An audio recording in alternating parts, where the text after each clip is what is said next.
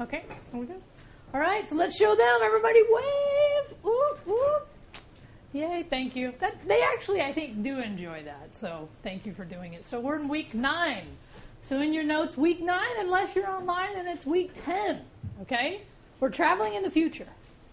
Well, time travel not possible? Not yet. Really? Is time travel not possible? Nope.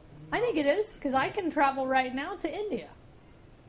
I can talk to somebody in India. What constitutes travel would be the way you'd answer that. Sorry. Trick question. I've actually time traveled. You have? So how have you done it, Luke? How have you time traveled? I crossed the international date line and lived the same place twice. That's right. You're in the same place twice. See? You can do it. It is possible to do it. Okay, so now in your notes, next week, we have kind of an interesting time coming up, mostly for me, interesting maybe for you. For the face-to-face and the online students, I'm out all next week. Now, you'll have a sub for face-to-face and online, you'll be fine, okay? I know. Who will miss me? Just be honest. Oh, thank you for lying. I appreciate that. So, I will be available via email, okay? So if you have questions. But remember, this week and next, what are we focused on? Yeah, My IT Lab. Who's your first support for My IT Lab? Tech support, right? Anybody but Rio. I'm kind of 4th or 5th down on your list. Okay. So, next week, in my absence, you still have classwork. I recorded it this weekend, and it's called a My Grade spreadsheet. Okay? So, what I did over the weekend, and here's just a sample look at what you're going to do. I'm going to show you how to grab all this. You're going to create all this information over here. I'm not going to make you type it. Are you happy about that? Yeah, so this is all the items we have in our class. Okay? So, what I do is I show you how in Blackboard to pull that stuff out and format it in this spreadsheet. And what you'll end up doing here is you'll end up putting in your grades, and then what will happen is it should equal, this number should equal what you have in Blackboard, if you've done it right. Okay? A couple things I want to say about this assignment. One, it's a really great learning experience. It's like a mini Excel project. Okay? I show you how to do some cool stuff in here, stuff I use all the time and I think people all the time should know how to use. But in my instruction, and this is what I want to go in your notes, I forgot the last step where I say, make sure my grade in the spreadsheet equals what? You might have heard me say it? My grade in Blackboard. Okay? I will put that on the written information. Go back to me. There you go. There you go. Right? There you go. I'll find me eventually. So when you do next week's assignment, make sure the what? My grade in the grade, my grade spreadsheet equals what? My grade on Blackboard. That's how you know you've done it right. And by the way, and I know it's painful, but if you have a 0 in your grade, you have to put 0. And don't go beyond the items I've graded, or that we've graded so far. Okay? Again, this is a really, I think, important exercise because it teaches you some real-world skills, and I just said this. There was something I forgot to mention. Okay? So now in your notes, My IT Lab. We're back on it this week. Remember, I know you're excited. You only have to do everyone should know, you only have to do the trainings. Whoop, whoop. Now, is there a reason to do the other ones? Free token for late work. Say it louder, Luke. Get a free token for late work? Yeah, free token for late work if you do the exams for each one that you do. So these actually start to add up pretty nicely, okay? Now, one thing I've noticed, I'm back doing it, and one thing I'm noticing, because I don't know if you remember the first week I said watch, where it says watch, and you watch them do the whole thing. I'm finding I'm using practice more. Let's show them. Any of you, have you found you're using practice at all? Okay, I would recommend it because it really gives you that, here's what you do step by step to get through it, okay? Now, there is an issue, a known issue right now with the save and submit on My IT Lab. Okay, here's the issue. If you have it open, matter of fact, I think some of you may have, how many of you had this where you hit save and it ended up submitting? Okay? So here's what happens. They've told us they're fixing it, but it's not going to be fixed until the end of next week. here's what happens is when you hit save, if there's been a certain amount of time or your network connection has dropped, it goes into what's called a behavior, and that behavior says just submit it. Really what that behavior should be is save it so the person can come back later and finish it. Okay? So we know there's an issue, and here's what I want you to do as a workaround. Okay? A, save periodically. So if it was me and I was doing this today, about every second question or every other question, I would hit save. And you hit save and then you go back in. That'll help that timeout issue. Okay? The second thing is, let's say there's 30, which some of them have 30, and you got all the way to 19 and it did it.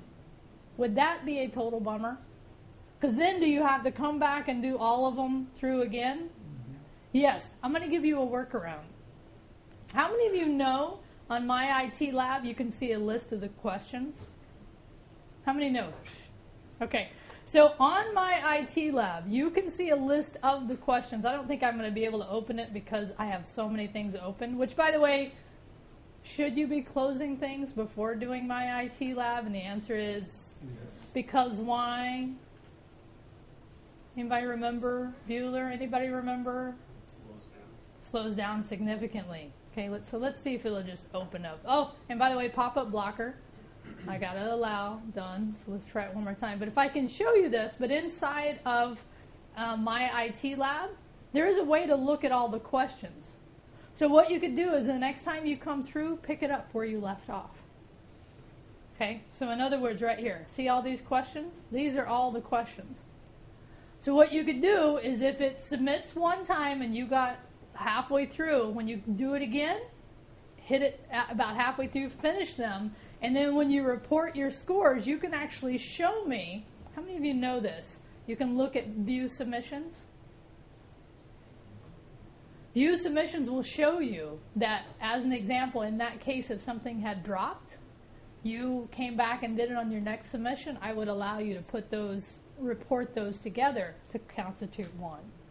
Does that make sense? All you have to do is in your writing tell me what happened. But why is this view submission also kind of good to know? We're actually not talking about the practical yet. Something else I mentioned. Once you hit submit, you can come back in, view submissions. It'll give you the step-by-step detail. Okay? So if you want that step-by-step written information, it's there. Okay? This is starting to come back to you now about the whole My IT Lab stuff that we've been talking about. I know I hope you're not dreading it. Because what happens when you dread something? What's your attitude like when you dread something? The answer is, not good. Doesn't feel good to do it. I was doing it this morning. I had no issues. It was actually kind of fun. Okay? Excel's actually kind of fun, I think. But maybe I'm a geeky teacher like that. I don't know. Thank you for laughing. Okay, in your networks, here's our topic. Let's go back. So our topic for the next couple of weeks after I get back is networks, because we've talked about hardware. We've talked about kind of how hardware works from the bits and codes, and we've talked about software somewhat, but it's time to talk about networks. So for a moment, let's do this. Let's think about something. I'm going to go, by the way, I'm in what program right now? Excel, absolutely. So did anybody see my question? So I want you to think about your computer use in the last 7 days, right? Just kind of think about it for a second. What was your percentage of online activity? Like if I think of the last 7 days, what percentage of that was online? Let's just kind of throw out some numbers. 100%. 100%. Wow. Okay. So online for you was 100%. Anybody else give me a number? Because there's also offline. I know you forget, but it's true, right? 90 online. 90 online. 90%. 10%. Anybody give me? 83. How much? 83. 83. That's a very specific number, right? So does that mean how much? 17% is off. So what are some of the stuff you're doing that's not online? Think about it. Give me some ideas, because I kind of know what you're probably doing online. Checking email, getting it, social networking, getting into Blackboard. But what is some of the stuff you're doing when you're not online? Cleaning the house. Okay, good. Very good. I meant from a computer usage, like the times you're online that you don't. Let me say it this way. Thank you. You said what everybody else was wondering. What does she mean, right? So what I mean by this is what times you're using your computer that you're not needing to be online. Typing, right? Doing papers. This is a common one unless you're using Google Docs and then you are online. Somebody give me some more numbers. I heard 100%. I've heard 83%. Is it how much? 40%. 40% online and 60% offline? Yeah? If I could ask, what are you doing offline? Well, using word processor. Using word processor. The other one I hear a lot is gaming. Unless you're network gaming and then you're needing the network. So let's just see here. Let's just go back to 90 and 10, right? And there's this wonderful thing called charts. Have you guys heard of charts? Yeah? So what kind of chart would I use to do this? Pie chart. So the numbers are kind of interesting, but when you look at it this way, what does this really tell us about our use of online activity? How useful are your computers if they can't? How useful is your computer if you can't go online? Not useful at all. Not that useful. These days, not that useful at all. So that's why this topic, my friends, of being online is such an important topic. Now, related, last night I was watching 60 Minutes. How many of you geeks like me watch 60 Minutes? How many of you know what the FBI does? The Federal Bureau of Investigations has a new director. And he talked last night about this idea of being online. And I want you to hear it because it's actually a little, get to the screen. Do me a favor, hit the first bank of lights. Yeah, what happened? I think my wife's some bad news. That her confidence in them not picking me was... This was halfway through the interview. Gives Comey a 10-year term. He intends it to be a decade that transforms the FBI again to fight crime and espionage online. Cybercrime is becoming everything in crime. Again, because people have connected their entire lives to the internet, that's where those who want to steal money or hurt kids or defraud go. So it's an epidemic for reasons that make sense. How many attacks are there on American computer systems and on people's credit card numbers and the whole mass of it? What does a day look like if you're concerned with crime in cyberspace? Too many to count. I mean, I think of it as kind of an evil layer cake. At the top, you have nation-state actors who are trying to break into our systems, terrorists, organized cyber syndicates, very sophisticated, harvesting people's personal computers, down to hacktivists, down to criminals and pedophiles. What countries are attacking the United States as we sit here in cyberspace? Well, I don't want to give you a complete list, but I can tell you at the top of the list is the I'd have to kill you if I can't give you a complete we have list. demonstrated with the charges we brought earlier this year against 5 members of the People's Liberation Army. They are extremely aggressive and widespread in their efforts to break into American systems to steal information that would benefit their industry. What are they trying to get? Information that's useful to them so they don't have to invent. They can copy or steal so they can learn about how a company might approach a negotiation with a Chinese company, all manner of things. How many hits from China do we take in a day? Many, many, many. And there are two kinds of big companies in the United States. There are those who've been hacked by the Chinese and those who don't know they've been hacked by the Chinese. The Chinese are that good. Actually, not that good. I liken them a bit to a drunk burglar. They're kicking in the front door, knocking over the vase while they're walking out with your television set. They're just prolific. Their strategy seems to be, we'll just be everywhere all the time, and there's no way they can stop us. How much does that cost the U.S. economy every year? Impossible to count. Billions. Sounds like cybercrime is a long way from Bonnie and Clyde for the FBI. Bonnie and Clyde could not do 1,000 robberies in the same day in all 50 states from their pajamas halfway around the world. The FBI's had legendary problems upgrading its computer systems. Are you now to a place where you're satisfied that you're meeting the cyber security threat? We've made great progress coordinating better as a government. When I last left government, my sense of us was kind of like 4-year-old soccer. So like a clump of 4-year-olds chasing the ball, we were chasing it in a pack. We're about high school soccer now. We've spread out, we pass well, but the bad guys are moving at World Cup speed, so we have to get better. Do people understand, in your estimation, the dangers posed by cybercrime and cyber espionage? I don't think so. I think there's something about sitting in front of your own computer, working on your own banking or your own healthcare, your own social life, that makes it hard to understand the danger. And the internet is the most dangerous parking lot imaginable. But if you were crossing a mall parking lot late at night, your entire sense of danger would be heightened. You would stand straight, you'd walk quickly, you know where you were going, you would look for light.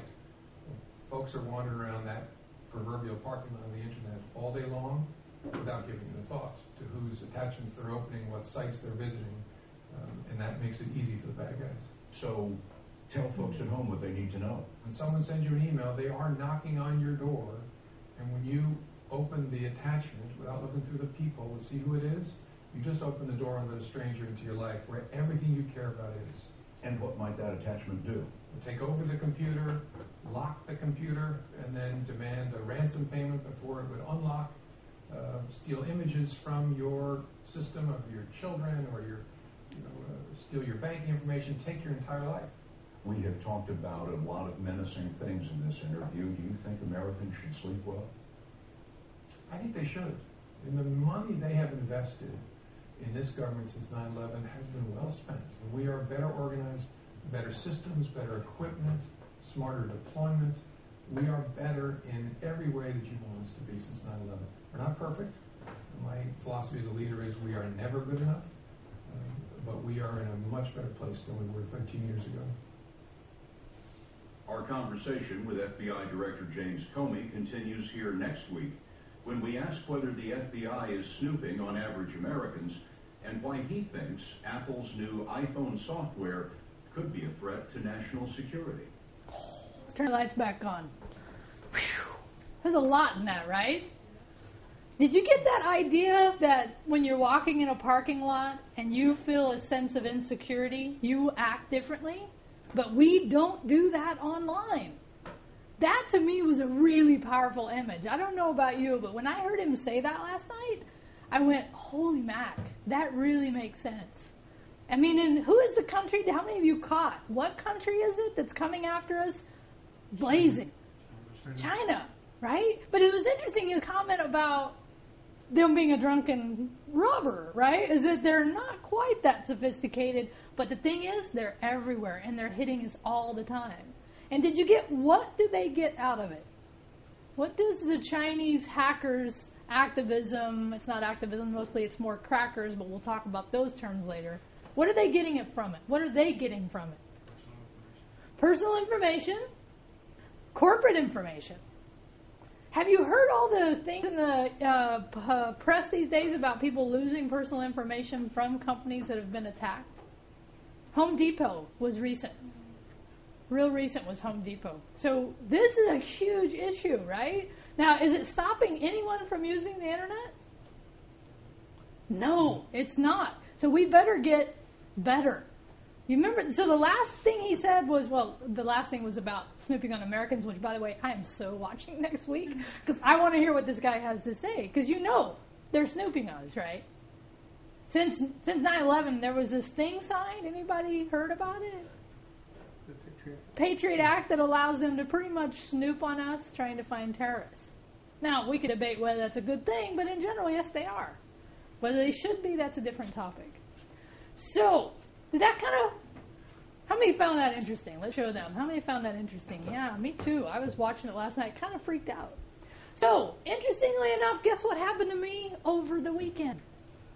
Spyware. I got some. And I'm usually really good about this. Now, how do you know? And by the way, spyware is one of those things he didn't mention, but is definitely a part of the case that he made. How do you know you have spyware? Pop-ups. First indication is if you're doing nothing and pop-ups start coming up on your screen. Any other indications that you know of? Or how many of you know for a fact you've had spyware? Let's show them. Do you know for a fact? Yeah. So generally pop-ups. Here's how I knew. After I installed some software, and that's how I got it. I was installing a program from my advanced class called FileZilla. Now, it's not important that you know what it is, but during the installation process, it asked me in a very little thing, it was telling me it's going to install this other thing. Well, that other thing it installed would redirect so that when I would search, like if I was searching for software on Google, it wouldn't take me to Google, it would take me to their site. So I'm usually pretty good about this stuff, and I missed it. So imagine how many of you are installing things on your computers all the time. How many? How many have installed something on your computer in the last week? Yeah? Okay, so if you do, please do this. Read carefully. Okay? Because even I was in a hurry. That's what happened. I was in a hurry and I didn't read. They also try to mimic Google logo or make it look like it's some popular. Absolutely. Now that's called phishing, where something makes something look like it's something else. They're trying to fish you, hook you in, right? And then you give them information, and it's all gone. Now, by the way, has anybody in here? Don't say it if you have had identity theft happen to them. I hope not, because that is horrific, and it takes a long time to get your data cleared out or straightened out. So what's my purpose of this kind of discussion? Is to introduce the idea of networks, which are awesome, but are also very dangerous. Why are networks so dangerous? First, we kind of have to define what a network is. Anybody know? What is a computer network? One or more devices connected together. That's all a computer network is, one or more. So do we have a network in this room, you think? Yeah, we have a network in this room. We have a network on campus. We have networks all over the place. You'll have, matter of fact, I'm going to show you just an image. Most of you have what's called a home network. Something like, let's show, I saw this one earlier. I like this one, right? So this is a fairly common home network right here. You have your cable modem, you have some kind of router, wireless device, and then you have these devices in here. Okay? Most people have a home network. For the purposes of, they don't even realize why. Do you know why most people would have a network? They have multiple computers, but that's actually not the reason. It's so they could share the internet. That's the reason most people have a home network, because that internet's coming through your ISP, and this network allows you to share the information. And after we get over my IT lab, you're going to have an assignment where I show you how to do some basic network commands. And it's important to learn those commands, because trust me, at some point you'll be on a technical support call with somebody, and they'll say, hey, do a ping, and you'll be like, what? Do a trace route, you'll be like, what? And at least you'll get introduced to them here. But we'll talk all about this in the coming weeks, the idea of, let's just say this in general. Which is faster? And this indicates a wired versus what's the does it show a wireless? Yeah, wireless. There we go, wireless laptop. Which is faster, a wired or a wireless connection? Wired. But why aren't more people using wired then? Because they can't move around. It's not convenient. Okay? And what's the challenge with wireless is that it can be slow and it can be hacked, especially if you're not sure what kind of security you have on it. So do you know people do this thing called war driving? Have you heard this term? Where people drive around looking for open Wi-Fi. That's called war driving, but also what they're doing is they're looking to hack your Wi-Fi. I actually had somebody sit outside my house and try to hack into my Wi-Fi. I go out there, knock on the window. In hindsight, it was not the coolest thing that I did, but I did it. I walked out and I knocked. I'm like, what are you doing? And they had their laptop sitting right there trying to get in. And they tried to act like they were doing nothing, and I knew they were doing something. Now, how can you prevent your network from being hacked into? Change your Wi-Fi name to FBI Surveillance Man. Change it to what? FBI Surveillance. FBI Surveillance. It's funny. My network name is ICU. Literally, that's what it is. Or something like that, right? So here's what I'll leave you with, because we're going to be talking about this in the next couple weeks after I get back. But when you see an open, you know what I mean by open Wi-Fi? Yeah. That means there's no what? Code. Code. Most of you, your reaction when you see open Wi-Fi is this: oh yeah, open Wi-Fi. Your reaction should be this: oh no, oh no. Well, open Wi-Fi, I shouldn't get on it.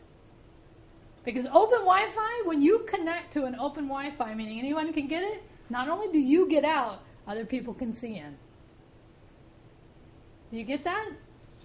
So from now on, when you see open Wi-Fi, what's your reaction? Oh no! Don't do oh yes. Do oh no. Okay? And we'll talk about what? We'll talk about this in the next couple weeks. So let's say goodbye to everybody online. It's a little bit of a shorter of a lecture this week, but I'm sure you're not disappointed, right? I don't know, you might be. Okay, turn it off. You see? Yeah, just click it right there. You see? The red button down there? On the bottom. There you go.